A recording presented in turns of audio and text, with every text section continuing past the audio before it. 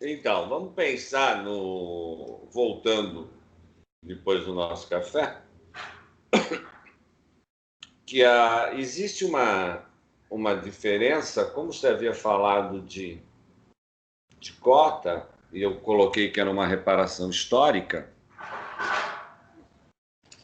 é sim. E todo mundo sabe porque... Professor, e eu acho bacana, assim, normalmente muitas pessoas acham que a cota é somente para negros, né? Quem está falando? A Maiara Campoy. Oi, Maiara. Mas essa cota, ela também é para indígenas, né? Que também sofreram essa parte aí de, vamos se dizer, precarização de tudo devido à colonização e tudo mais. Então a cota é sempre para negros e para índios, né? Muitas pessoas acham que é só para negros. E eu acho bem importante enfatizar essa parte porque muita gente é descendente de índio e nem sabe, né? Sim, sim. Tem. Mas se você já sacou, você puxou uma coisa interessante agora, né? A gente não sabe quem são nossos ancestrais. Eu digo, professor, porque a mãe da minha mãe era índia. E você consegue fazer alguns exames que você verifica essa parte sanguínea e tudo mais. E eu tenho sangue de índio. E uma vez, brincando com os meus colegas, eu falei assim: quando eu for fazer o vestibular na FATEC, eu vou pedir minha cota porque eu sou índia. Aí o pessoal, não, você não pode, você é branca. Eu falei, gente, mas calma, eu só tô brincando. Só tô falando porque é isso que o professor falou. A gente não sabe de quem a gente é descendente. Fica muito mais difícil quando a gente ainda tem uma família que a gente perde parentes muito cedo, né? Maiara, meu avô era negro, mas meu avô não era negro, né? Ele era azul, retinto. Meu avô, quando acabava a força em casa na minha avó, ou a gente estava dormindo lá na minha avó, ele entrava no quarto, só via o branco dos olhos e o sorriso branco dele, o resto preto. É sério, é sério. A minha avó era clara, branca. Minha avó não podia tomar um sol. Ela era tipo. Já ouviram falar de neguaço, albino, melhor. O pessoal me chama de palmito, professor. Oi? O pessoal me chama de palmito. De palmito. Então, para você ter essa ideia, a gente. Minha mãe é branca também. Meu pai é branco e nós nascemos brancos. Mas a minha linhagem lá atrás é negra. Olha que interessante, né? Mas aí você pode pegar, pedir? Não, eu não posso pedir. Porque visualmente eu não sou negro. Eu sou preto. Eu até peço desculpas para vocês que eu não me falhou a memória na questão das cotas. Se alguém tiver conhecimento para me ajudar aí, é cor ou é raça? Olha a pergunta que eu estou fazendo. É cor ou é raça? Se for cor, a Lu não pode. Se for raça, a Lu pode. Alguém sabe me responder? Eles falam que são cotas raciais e não cotas por cor. Você se autodeclara afrodescendente, professor. Tá. Aí tem esse problema também. Olha nós aí, sendo afrodescendentes. Se vocês verem a foto aí que eu coloquei do meu casamento, esse daí é meu pai que me criou. Imagina a dificuldade dele, às vezes, de colocar a minha filha, né? Então, na hora de tirar um documento, na hora de sair com a gente, levar no parquinho, eu não tinha problema com isso, não, porque, como você falou, na época, não tinha esse preconceito, né? Que idade você tem, mas quem está na lista? Denise. Denise. Denise? É. Que idade você tem, Denise? Eu tenho 48, professor.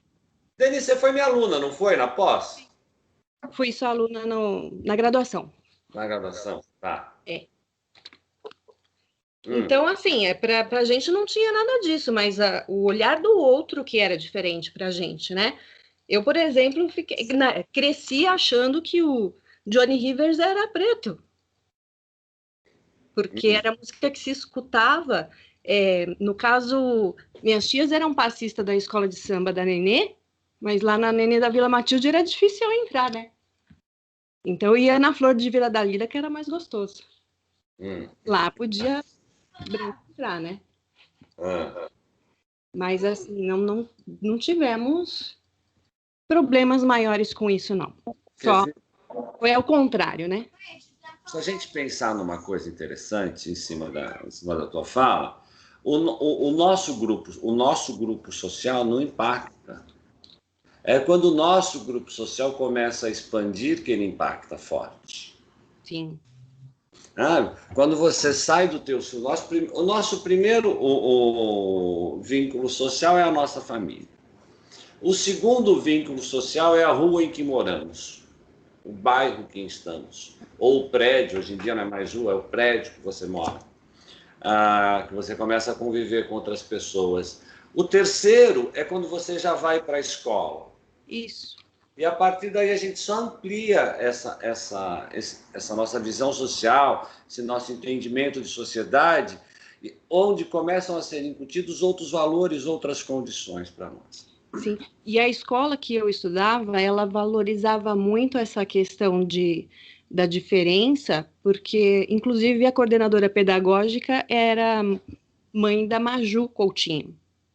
Ela morava no bairro, e eu lembro que a gente tinha trabalhos, assim, na quarta série, teve esse trabalho de mostrar os ancestrais. E era justamente para essa fala, e a gente está falando isso de 1983 e 84. Eu já lembro dessa percepção dela mostrar isso para todos. Isso era importante, e, né, já era trabalhado lá. Aí, às vezes, como os meninos falam, né, o filho talvez mude, eu tento ver essa mudança desde lá. Então, mas eu vou ser tão chato contigo, Denise, porque foi num lugarzinho só. Ah, sim, sim. É uma batalha eterna, professor. Nada, assim, tudo isso que a gente está falando, que a gente está trabalhando aí hoje, a gente percebe assim, uma faca de dois gumes, tanto para um lado quanto para o outro, tem as diferenças, cada um trabalha também de uma forma diferente, porque assim como também tem a religião, minha cunhada, por exemplo, é mãe de santo, mas ela é branca. Então, é assim, difícil. Deixa eu só te pedir, enquanto você está falando, eu estou te ouvindo, mas eu quero procurar uma foto aqui para mostrar para vocês enquanto você fala, mas eu estou lhe ouvindo, tá? Tá. Não, assim, eu só queria colocar isso, é que, assim, é uma via também para os dois lados, né? A gente tem aí a questão racial, a gente tem a questão da diversidade, mas são os dois lados, de formas diferentes. Infelizmente, arrebenta para o lado mais fraco, e isso tem que ser muito trabalhado, sim. E a gente não pode ser omisso, porque enquanto a gente é omisso também, a gente está concordando, né? Então, eu, por exemplo, fiz questão de entrar com ele no meu casamento e tive esses olhares diferentes. Se vocês olharem a foto aí, fica um contraste muito grande, né? Põe de novo a foto. Tá no Skype, você replica, Lu? Tá no chat, né? Tá no chat, eu abro aqui então, peraí. Então, a gente é um pouquinho diferente. Então, ficava meio difícil para todos, né? Mas na época não tinha essa diferença, não. Como você falou, a gente estava todo mundo junto, estava tudo diferente. Meu avô era dessa cor, exatamente isso. Então. É negro retinto. Olha o preconceito, né? Retinto. Mas é que a gente aprendeu. Ele falava assim quando a gente era criança, ficou na minha memória. O padrinho do meu irmão. O meu avô, ele tinha o apelido de Augusto Tição, porque ele era tão pretinho que o apelido dele é Augusto Tição, só que ele mesmo não assume a cor dele, ele não gostava de chamar assim ele, que ele não gosta de preto, pra você ter uma ideia. Ele tem preconceito com ele mesmo. Gente, deu um pau aqui no meu computador, um minuto só. Denise, desculpa, te atrapalhei. Continua aí. Não, imagina, que é isso, Marilene, é só colocar, né? Porque, assim, a gente é constituído de família, e como falou, sem raça definida mesmo. Minha avó era mulata e meu avô loiro, então a gente tem cores diferentes, né? Dentro da própria família.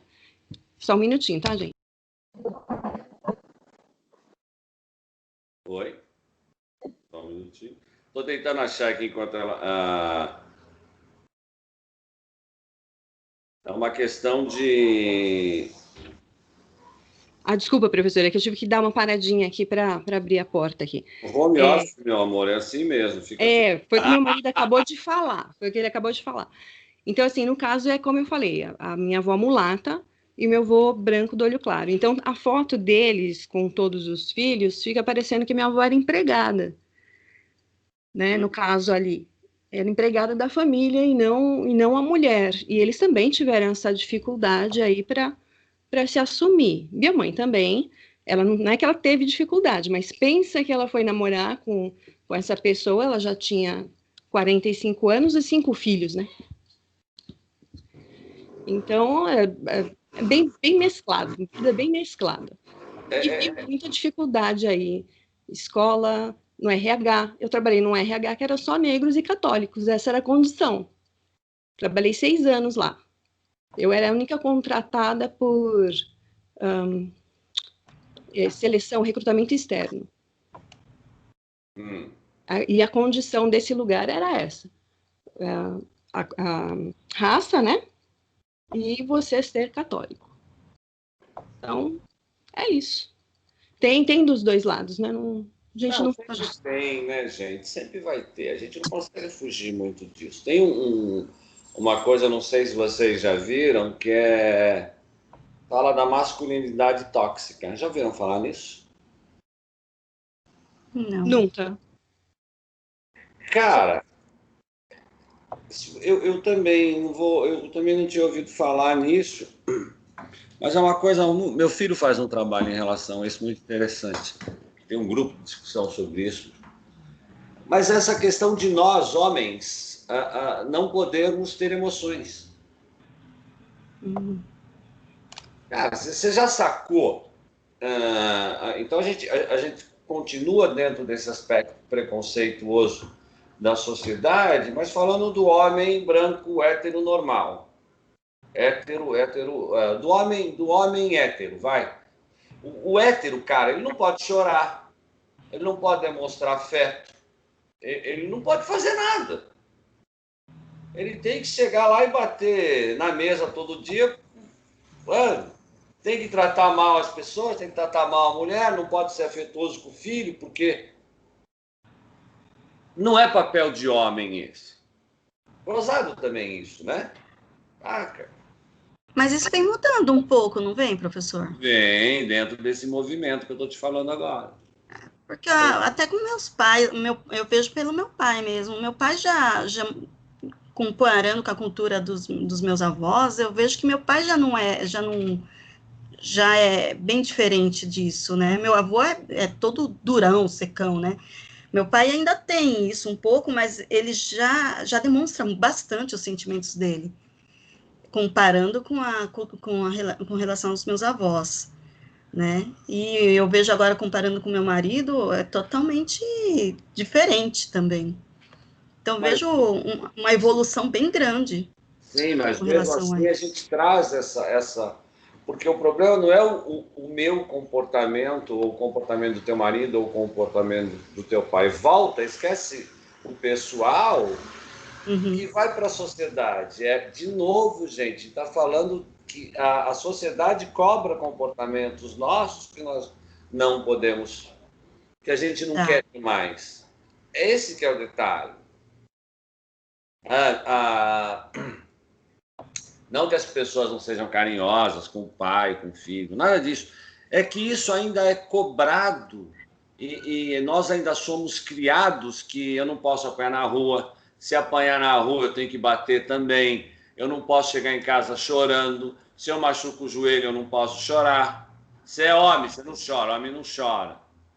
Homem não chora, homem não sente dor, homem não abraça, homem não beija, homem não pode receber beijo de outro homem, tipo, não pode receber um abraço. Gente, isso é basicamente ridículo. Isso é tóxico, amor. Exato. E só que você tem que perceber que nós somos criados assim. E quem nos cria assim? Os nossos pais, avós, antepassados. Mamãe cria a gente assim. Mamãe cria a gente assim. É. Nossas mães são mais machistas que nós. Isso eu vejo pela minha sogra. O professor falando é real, assim. Meu noivo são 2 homens, né? E tem o meu sogro. E a minha sogra não deixa eles tirarem um copo de cima da mesa. Ela faz tudo. Ela faz tudo. Meu sogro fala assim, tô com fome, não vai sair o almoço?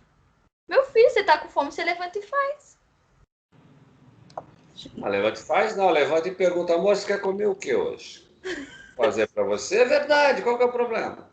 E aí, você assim... cozinhar para quem você gosta. Não, super concordo, mas assim, cobrar uma coisa que, tipo, e é aquilo que vem, como o senhor falou, vem de criação. A mãe dela criou ela assim, as irmãs criaram os maridos e os filhos assim, e ela, por se espelhar nisso tudo, faz da mesma forma. E gosta, viu? Sim.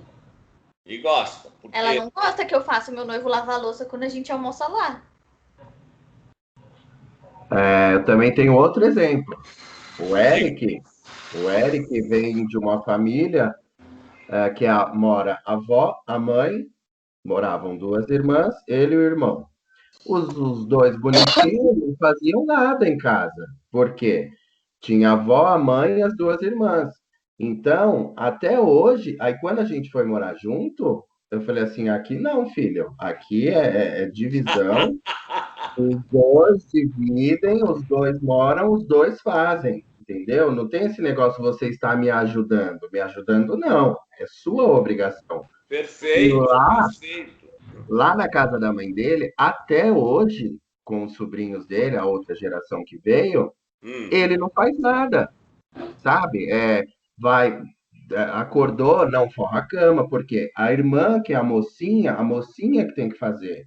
Ele não pode lavar uma louça porque a irmã vai lavar. Não pode varrer uma casa porque a irmã vai fazer. Porque a irmã vai crescer e tem que fazer isso pro marido, né? É mais ou menos assim. Não. Então, quando nós fomos morar juntos, bem no início, muito no início, eu falei assim, ó, é assim, assim, assado. Hoje ele tem outra visão. Hoje não, já há algum tempo.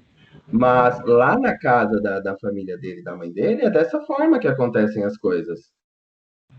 Por quê? Porque tá criando a mocinha para virar uma igual a mãe do Eric, que se espelha igual a avó do Eric, que o marido vai tomar banho, você leva o chinelinho, a toalha e a cueca na porta do banheiro, o cara fala que tá com fome, o prato tá na mão, ele quer comer alguma coisa, tem o que ele quer comer, tem uma roupa passada, tem aquilo, e as mulheres, elas não sei o que acontece? Qual o problema do cara fazer?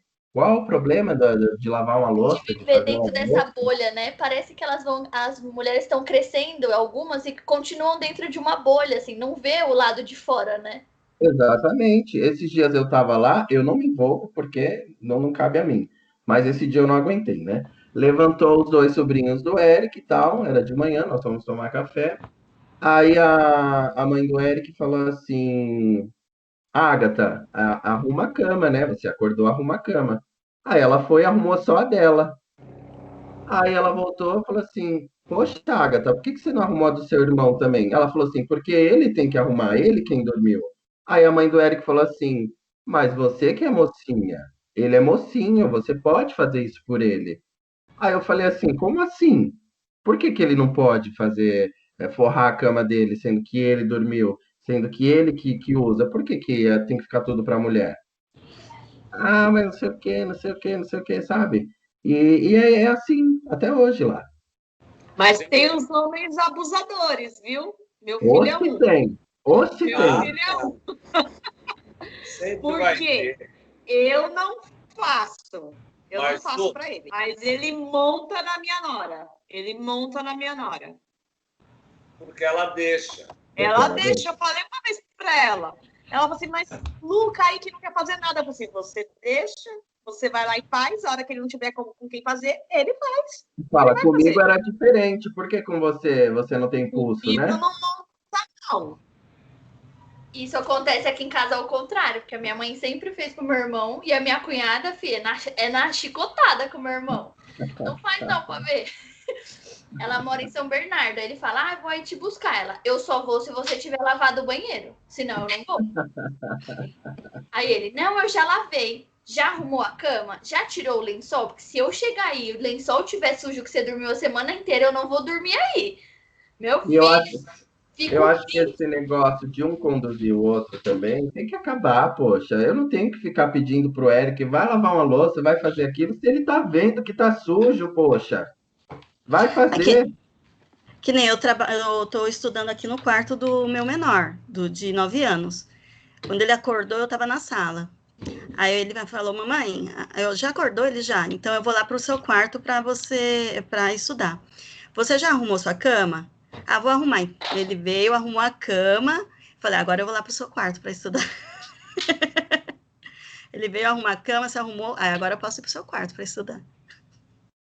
Então, a gente, eu acho que a fala do Felipe é muito interessante na questão do não está me ajudando. A gente tem que partir desse princípio, dessa história de se eu trocar a fralda do meu filho, eu estou ajudando a minha mulher. Eu não estou. Estou fazendo a minha obrigação. Por que esse papo, né? Se a gente começa a pensar, vocês conseguem a perceber como isso é algumas vezes ele até um inconsciente coletivo que todo mundo pensa da mesma forma? A gente não vai querer esconder o sol com a peneira e não falar que a mulher ela é criada para ser a dona da casa, a esposa. Então, independente se você trabalha fora ou não, a responsabilidade da casa é sua. Você vai ter que carregar isso nas costas. Então, você tem que arrumar a cama, você tem que lavar a roupa, você tem que passar a roupa, você tem que fazer a comida, você tem que olhar a lição das crianças, você tem que trocar as crianças. Comecem a fazer um rolzinho das obrigações que vocês têm domésticas, depois um rolzinho das obrigações que vocês têm de mãe e depois um rolzinho das obrigações que você tem como profissional e, por último, a obrigação que você tem como mulher. Gente, muita coisa. Nós não temos metade disso. Essa coisa se configura em outro aspecto, principalmente em casais. Casais héteros. Mas você vai sacar que toda vez que você vai no shopping passear, vai no cinema. Você vai ver, você pega uma puta menina muito bem arrumada, salto alto, parada, você olha do lado do cara, o cara tá de camiseta, de time de futebol, bermuda de basquete e Raider. Cara, até nisso, é aí que eu tô colocando a cobrança da mulher. Ela tem que estar bonita. Agora, o infeliz, não precisa colocar um tênis bonitinho, uma bermuda certinha, uma camiseta legal. Não, qualquer jeito, né? Eu cobro o Eduardo. Eu falo, ei, você vai assim? Vamos pôr uma roupa bonita também. Falou, vamos bonito também, pô. Mas sabe, mas você já... Mas arrumada você também tem que estar. Mas tem o lado da aceitação. A sociedade aceita o cara daquele jeito, mas não aceita a mulher de qualquer jeito. Pô, meu. Isso são algumas coisas. A mulher tem que estar sempre disposta ao sexo para o marido. Sempre. Mas o marido não precisa estar sempre disposto ao sexo para a mulher.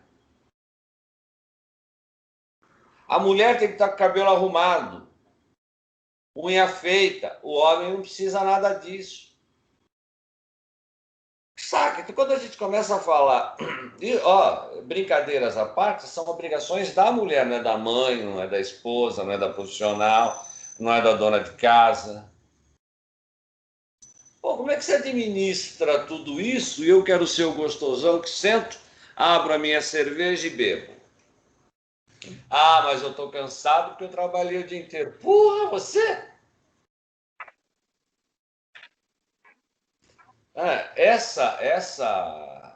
Essa cultura machista, patriarcal, impacta a gente numa série de condições que nos levam efetivamente na sociedade que a gente está hoje. Que ainda fica da questão que é a questão mais horrível que eu acredito, que é: eu estou te ajudando, mas eu te ajudo. E ainda faz comparação com o marido da amiga que não faz nada, né, mano? Ah, mas e o teu cunhado nem louça lava? Pô, você tá reclamando do quê? Eu pelo menos lavei a loucinha.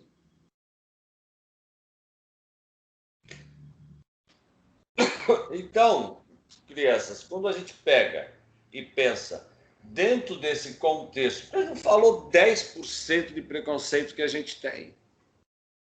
Mas a gente pensa nessa questões do preconceito contra o homossexual, o preconceito contra a mulher, o preconceito contra pretos. Vamos brincar mais um pouco? Vamos falar de preconceito contra estrangeiros, xenofobia, que a gente tem pra caramba aqui.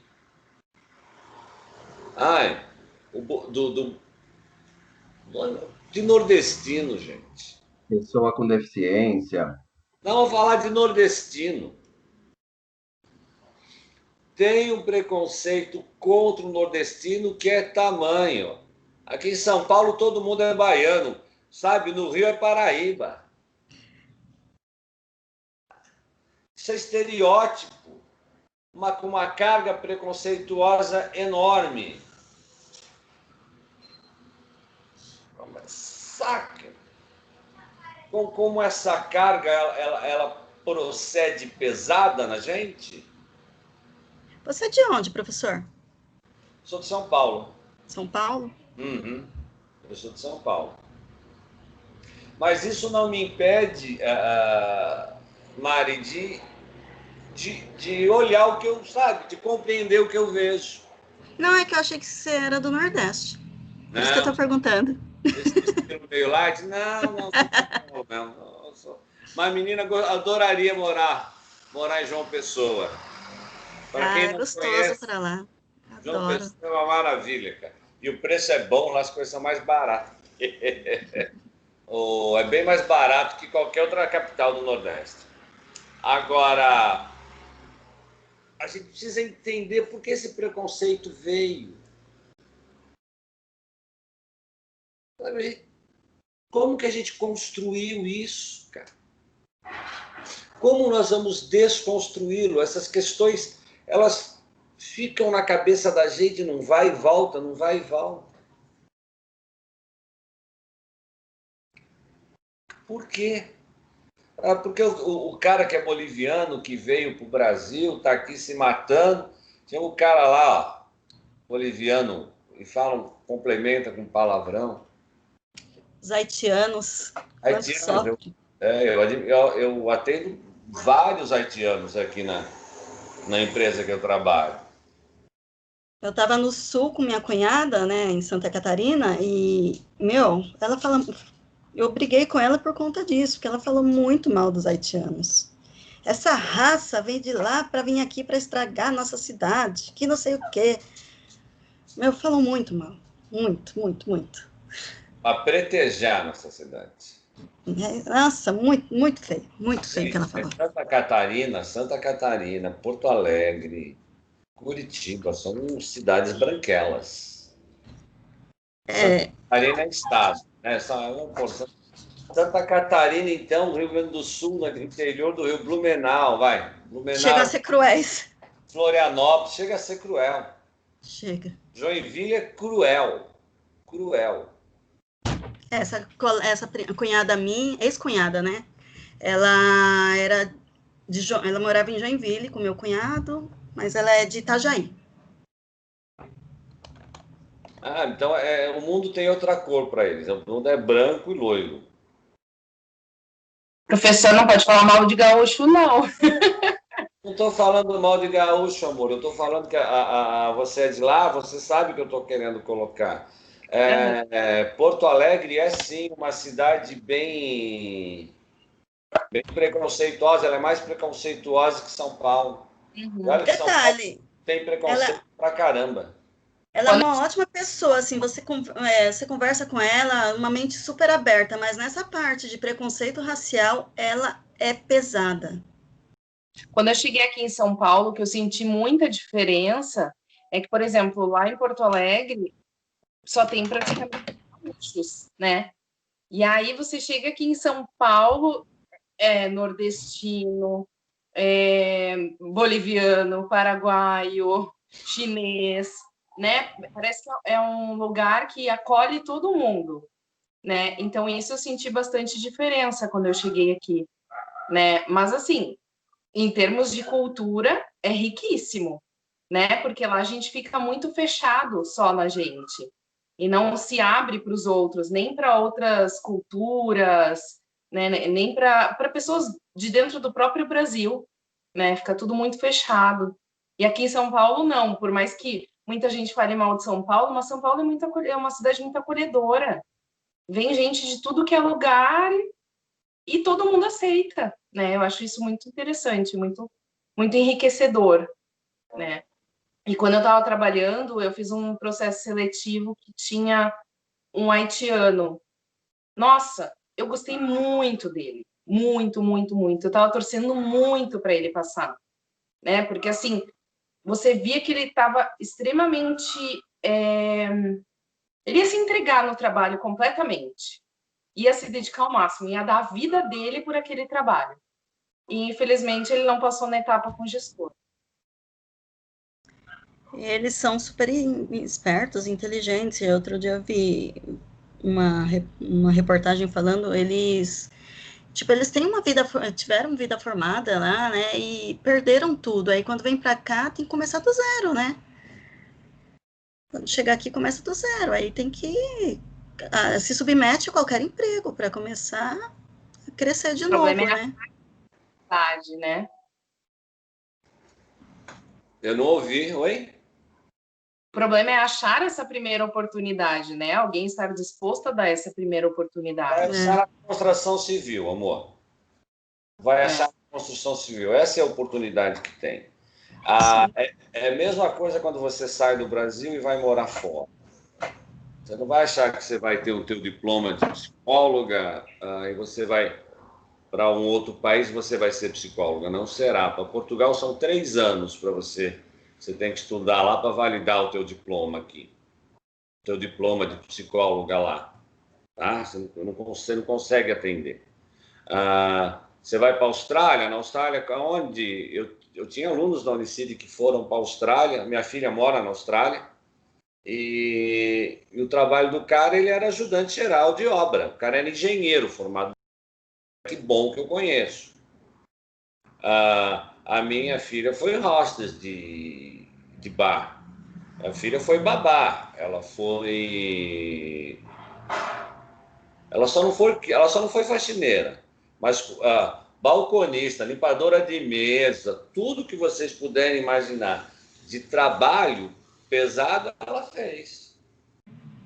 Porque é o que você tem na primeira vez que você chega. Mas lá não tem preconceito. Tem sim.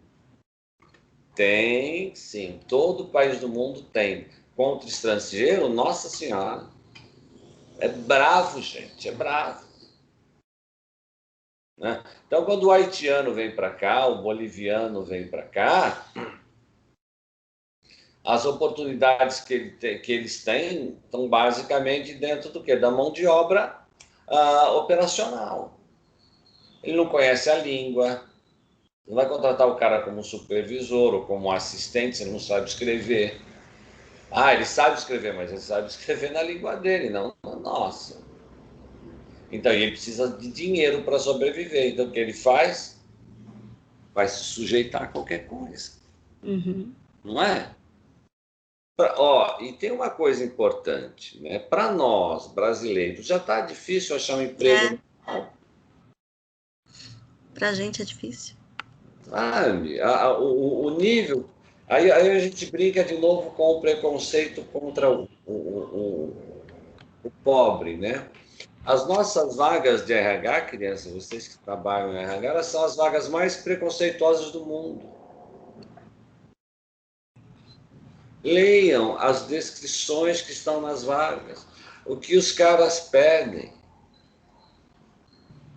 Tá? A partir do momento que você colocou lá inglês, acabou. Já seleciona um monte. Acabou, por quê? 5% da população fala inglês. Nível superior, gente, que 8% da população brasileira tem nível superior. Pós-graduação, então, 3%. A gente não pode enxergar o universo de São Paulo, tem que enxergar o universo do Brasil. Somos 220 milhões. Sabe? Tá, na minha faculdade tem 100 pessoas se formando comigo, 200. Cara, sai daqui. Vai para um outro lugar, vai procurar oportunidade em outro lugar. Por que você quer ficar aqui? Aqui a gente não tem oportunidade. Sabe por que a gente não tem oportunidade? 95% das empresas brasileiras são pequenas e micro. Os outros 5% é média e grande. Esses 5% das pequenas empresas que têm vaga ou que têm trabalho, normalmente é administrado pela família. Não vai dar oportunidade para você. As médias empresas, o diretor sai entre o filho do dono. É assim que funciona. Então, se você pensa numa escala, num crescimento profissional, você não vai conseguir. Desculpa a ilusão, mas a gente chega até um nível. Depois a gente não passa daquilo. Tem empresas que é só supervisão, tem outras que é só gerência. Você não vai chegar a ser diretor. Não que você não tem competência. A empresa não tem competência para você, diferente. Não é a empresa que não te valoriza, cara. É você que valoriza demais o emprego que você tem. Sabe? São visões diferentes. Mas para eu trabalhar numa empresa grande, eu preciso falar inglês. Precisa. Desculpa, precisa. Você tem que saber falar inglês, saber escrever português, que pouca gente sabe. O pessoal não sabe. E fala que não escreve porque não gosta de escrever, não. Não sabe escrever. Precisa aprender a interpretar texto, coisa que não sabe. Desculpem, não sabem. Como é que você quer trabalhar numa multinacional? Como é que você vai estudar? Estava conversando com meu marido hoje, eu tô com um estagiário, né? E ele mandou umas mensagens para mim. Eu fiquei... Ele é a nível universitário, o estagiário. Mas ele não sabe escrever. Não. Gente, como que a pessoa chega num nível universitário e sabe escrever menos do que o meu filho que está na 3ª série? Infelizmente, é verdade. Eu fiquei assim, gente, qual é o futuro do nosso país? O cara tá no nível universitário, aí eu converso com ele via vídeo, eu tava conversando com ele, ele mal sabe se comunicar, conversar. Como é que ele foi selecionado? Como que chega num... Sei. Vocês têm que me dizer isso, vocês que estudaram. Gente... Aí eu fico pensando, do mesmo jeito que ele tá, tem tantos outros da mesma forma. Aí eu fico... Esse é o futuro, é o nosso futuro do país. Para vocês, eu recebi uma reclamação registrada lá no CA. A reclamação foi o seguinte: a reclamação foi que eu estava dando muita matéria em sala de aula. Muita matéria. Juro por Deus. O cara foi lá e registrou, ele teve as manhas de registrar isso. que o professor Paulo Roberto dava muita matéria, cobrava muito em sala de aula, que não era possível e ele não tava, e o aluno não estava pagando para aquilo. Virou piada isso, mas é verdade.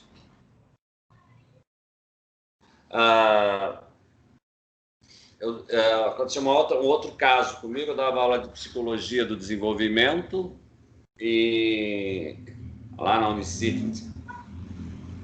Eu pedi para os alunos que os alunos no final do semestre fizessem um trabalho sobre Quincas Borba, né? Quincas Borba é um livro de Machado, um romance de Machado de Assis. Eu expliquei, gente, não tem nada a ver com a disciplina, mas é um livro muito interessante. Eu gostaria que vocês lessem para desenvolvimento pessoal, aquele papo, professor.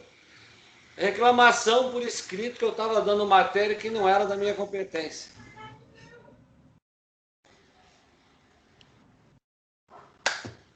Então, quando eu estou... Por que eu estou falando isso para vocês? Eu não sou o suprassumo do suprassumo. Não sou, não. Mas, muitas vezes, o aluno não quer também. E se ele não quer, não tem quem faça ele querer, gente. Não tem quem faça o bicho querer. Não é? Aí ele passa, chega no mercado, o mercado seleciona. É assim que funciona. Que nesse teu estagiário, ele vai aprender, ele não vai ser efetivado, das duas, uma. Efetivar a empresa não é efetiva, mas tá difícil. Eu não sei como que eu vou explicar para ele as coisas que ele tem que aprender. Honestamente. Senta e fala, olha, é o seguinte, ó, tá aqui, ó. Peguei o teu texto, aqui está o teu texto escrito de forma correta.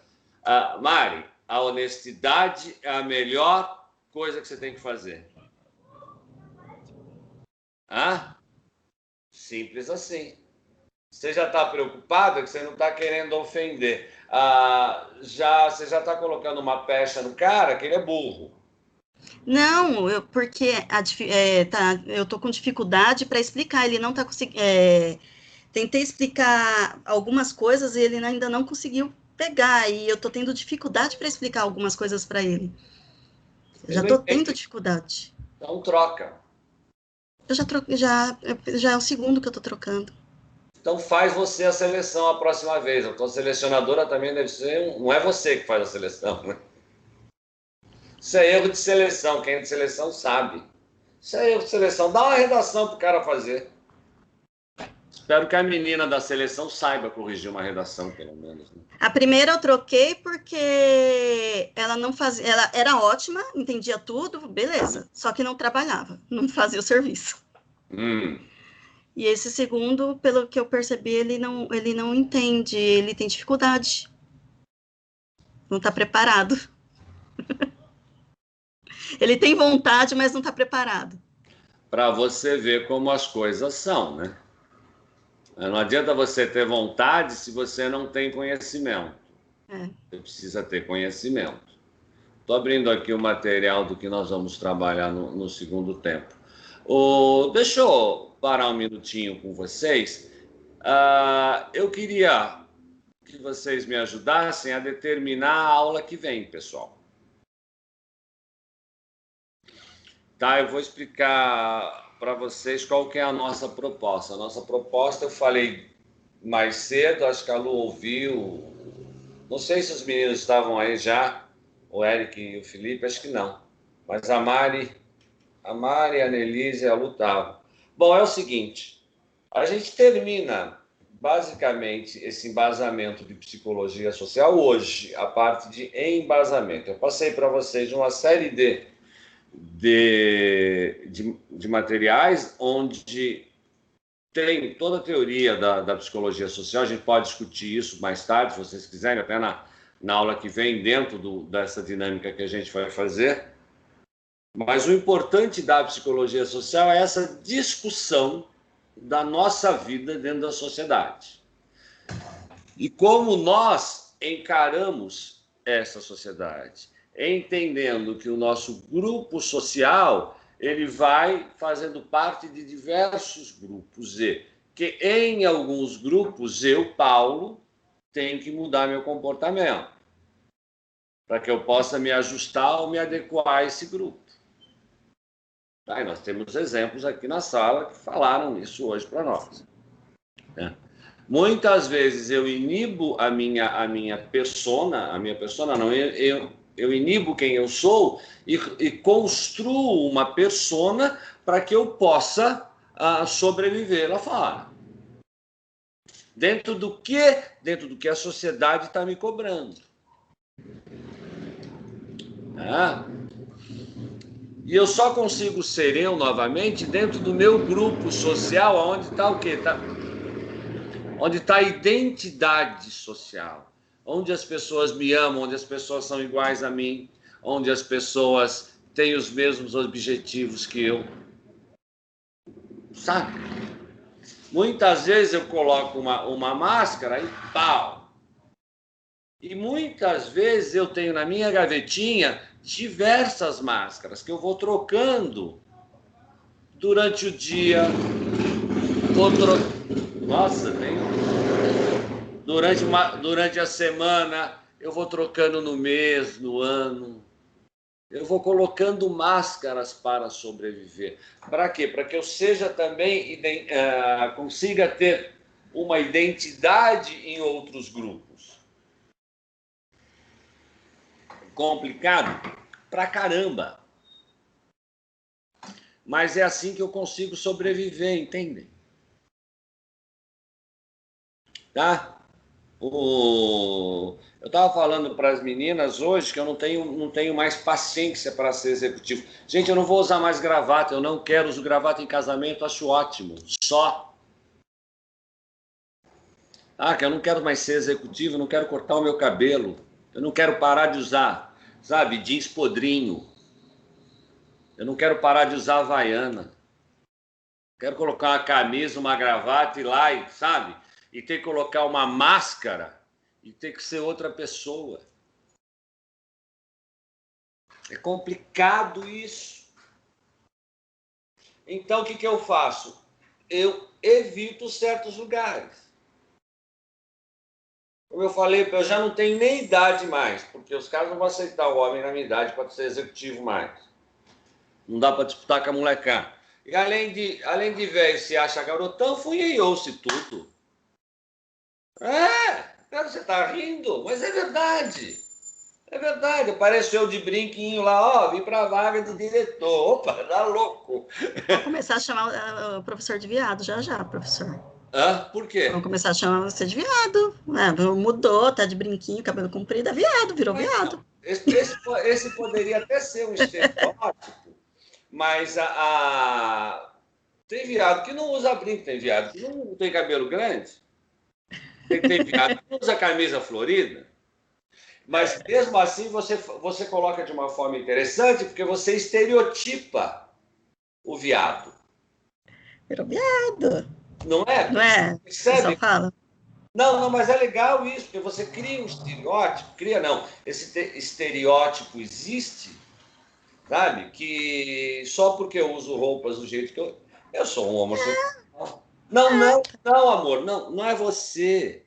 Não, eu sei, eu tô falando, não é? É isso que o pessoal fala. Usa brinquinho, cabelo comprido, roupa colorida, é viado. Cara. Aí, ó. Agora põe o chapéu. Aqui hoje. Saca? Então, eu vou ter que cortar todos os meus prazeres para enfrentar uma realidade, para ganhar bem. Vou ganhar bem. Opa! Cara, mas eu vivo com o que eu ganho. Sou feliz. Tenho sexta livre, tenho sábado livre. Se eu quiser uma quinta livre, eu vou ter. Trabalhei para isso, efetivamente, né, gente? Trabalhei 300 anos na minha vida. Quando eu conquisto a minha liberdade, eu vou voltar para trás? Não vou, não. Importa ser feliz. Não, mas eu estava falando outra coisa e mudou o barco. Deixa eu voltar. Então, o que eu quero mostrar para vocês é que dentro dos nossos conceitos, essa discussão que a gente está fazendo ela é muito mais produtiva, eu pelo menos percebo assim, do que você ter uma discussão teórica, disputando o pensamento filosófico de 1800, 1900 e bolinha, se hoje a nossa sociedade vive uma coisa diferente e hoje nós vivenciamos dores que essa sociedade nos propicia. E aqui também a gente tem um espaço para discutir isso. Então, é muito mais fácil pegar e entender o texto que está bem tranquilo para se posicionar teoricamente e discutir a nossa realidade. Eu, pelo menos, penso assim. Bom, com tudo isso, depois dessas discussões, qual é a ideia? É trazer vocês numa vivência onde nós vamos construir uma situação para poder perceber como as pessoas nos notam. Entendem? Entendi. Tá? Mas quem são essas pessoas? Nós do grupo. Nós mesmos. Nós. Tá. Só que a gente vai estar num ambiente aberto. Essa é a diferença. Onde nós seremos também observados, nós seremos também julgados, sei lá o quê. Medidos. Tá. Porque daria para fazer num espaço fechado? Claro que daria. Mas se a gente está falando de psicologia social, qualquer intervenção no meio ambiente, ou qualquer coisa que você propicie dentro de um parque que seja diferente, você chama a atenção. Então, você tem cobrança, você tem julgamento, se levanta a curiosidade. E tudo isso se transforma no quê? Numa pressão social. O olhar dos outros já é uma pressão social.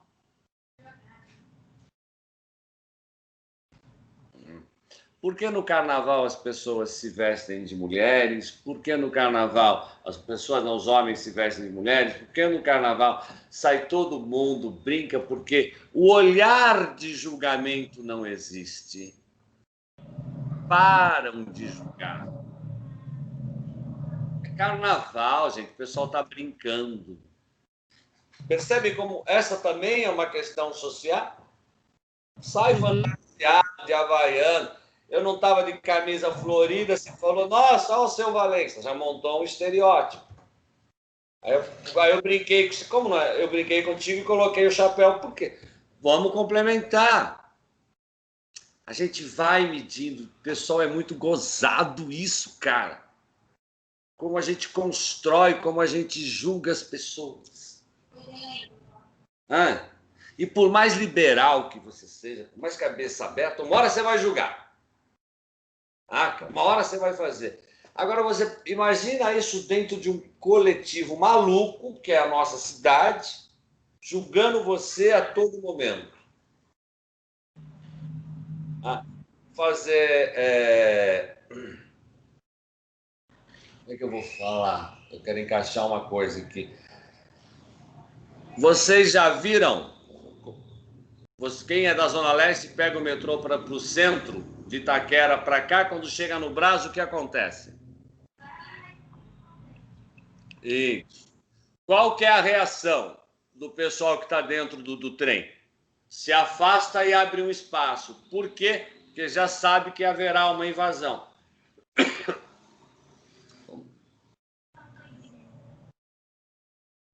Saca? É isso. Os caras podem até entrar devagarzinho, mas nós já julgamos que eles vão invadir. Então, vamos. Aí, continuando no metrô, desci na Praça da Sé, na Praça da República e vou pegar a linha amarela. O comportamento das pessoas muda. Muda totalmente. Eu digo que tem um portal ali entre a CPTM e a linha amarela. Você passou do portal, você é educado. Faz aquele portal, né? É um portal a mesma mágico, pessoa. É as mesmas pessoas que estavam na linha vermelha, nesse trenzão da CPTM. Ela age de uma forma na linha vermelha e na linha amarela de outra. É incrível, incrível, incrível. Não, aquilo é um portal mágico. Viu, Felipe? É um portal mágico, você passa, tem 2 bruxos lá fazendo tim-tim, aí você fica ligado. Só pode. Só pode ser. Não tem outra explicação. Cara, não tem Harry Potter que suporte isso, cara. É incrível isso, é verdade. Então, quando a gente coloca quando eu coloco essas coisas para vocês, o nosso trabalho, que eu quero realizar com vocês no parque, é basicamente de perceber como eu me enxergo e como eu demonstro quem eu sou e como o outro me enxerga.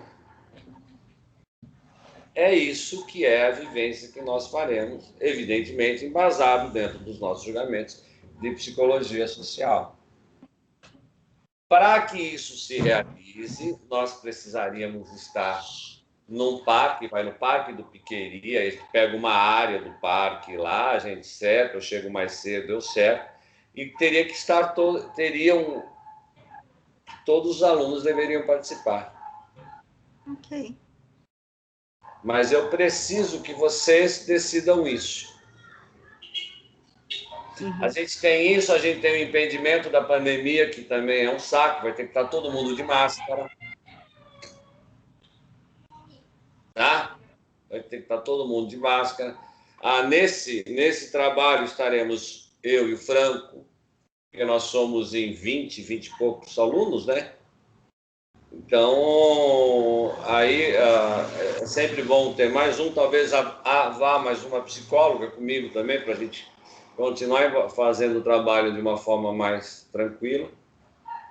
Tá? Se vocês conversarem entre vocês e resolverem, o que eu acho que seria muito legal, esse trabalho dura mais ou menos, então, tudo 9, 10, 10, meia, 11, tarará, vai até umas 2, 3 horas da tarde, não passa disso. Dá para fazer um piquenique. Isso, obrigado. Dá para fazer um piquenique no parque, cada um leva um lanchinho, a gente abre, faz um lanche comunitário e tudo mais. Mas está na mão de vocês isso. Se nós não estivéssemos na pandemia, eu diria para vocês que é obrigatório. Mas eu dou a opção por causa da pandemia. Não quero colocar ninguém em risco. Não acho justo que vocês... mas o professor obrigou a gente a ir mesmo na pandemia. Então, não. Então, fica aí. Eu farei o que vocês decidirem. Tá?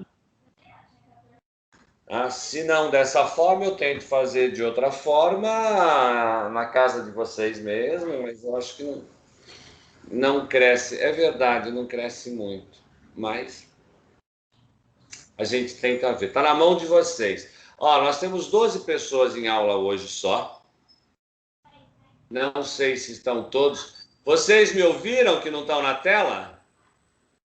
Sim. Sim, senhor. Sim, professor. E aí eu vou estar num evento corporativo em Campinas. Eu queria saber como que vai ser a alternativa. Posso fazer do lugar?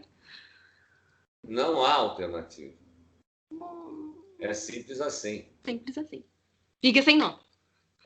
Eu não sei, amor. Existem algumas complicações quando você impõe num grupo adulto essa questão.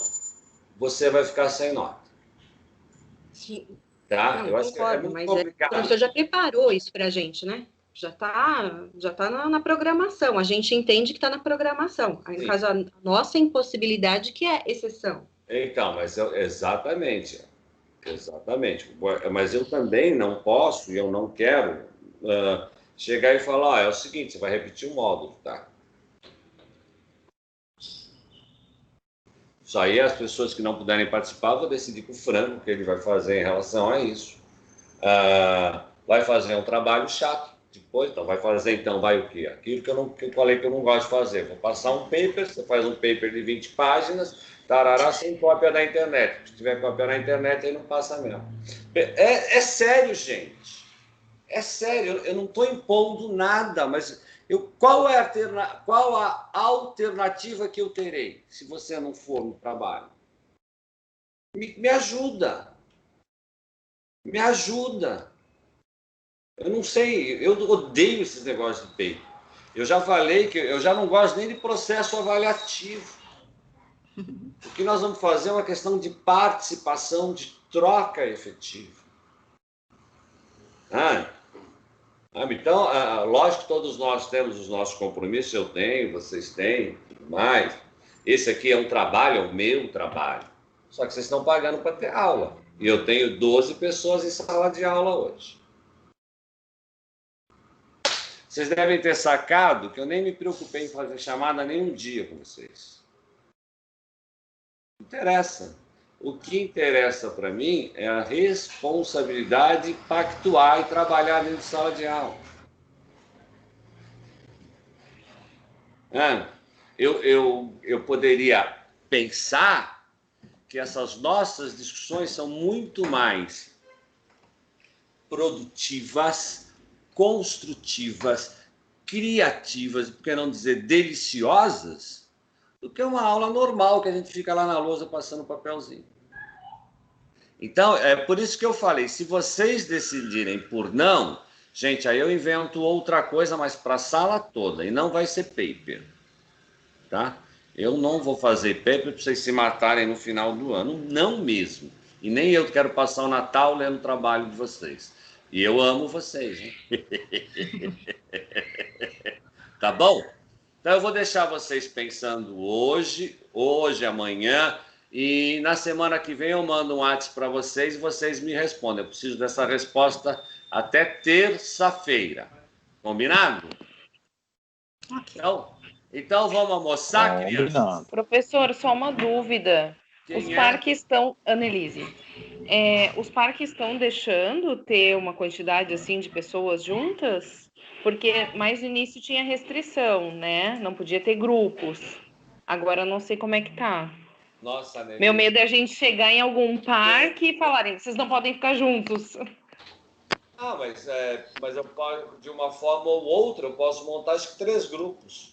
Preciso necessariamente ter um trabalho com 3 grupos de 6 pessoas. Sim. Porque a grande sacada do trabalho em grupo vai ser no piquenique e será no final. O resto pode ser criado, construído individual, será construído individualmente, melhor dizendo. Não é um trabalho em grupo, é um trabalho individual. A resposta será um trabalho individual. Tá bom? Vocês topando, eu passo para vocês direitinho o trabalho, senão eu guardo, não estrago a surpresa. Tá bom, crianças? Deixa eu falar uma coisa para vocês rapidinho. Nada de feijoada hoje. Nada de caipirinha. E vocês vão. Tem um texto aqui no material que eu mandei para vocês pelo celular. Tribos urbanas. Tá? É esse material que nós vamos discutir. Tá bom? Depois da aula. Depois do almoço. Então, meio-dia, 2 horas, todo mundo de volta, tá? Leiam. Ok. Não entendi. Ok. Ok? Então, certinho. Tá. Bom almocinho, beijinho para todos. Beijinho. Tchau, tchau. Até já. Já, já.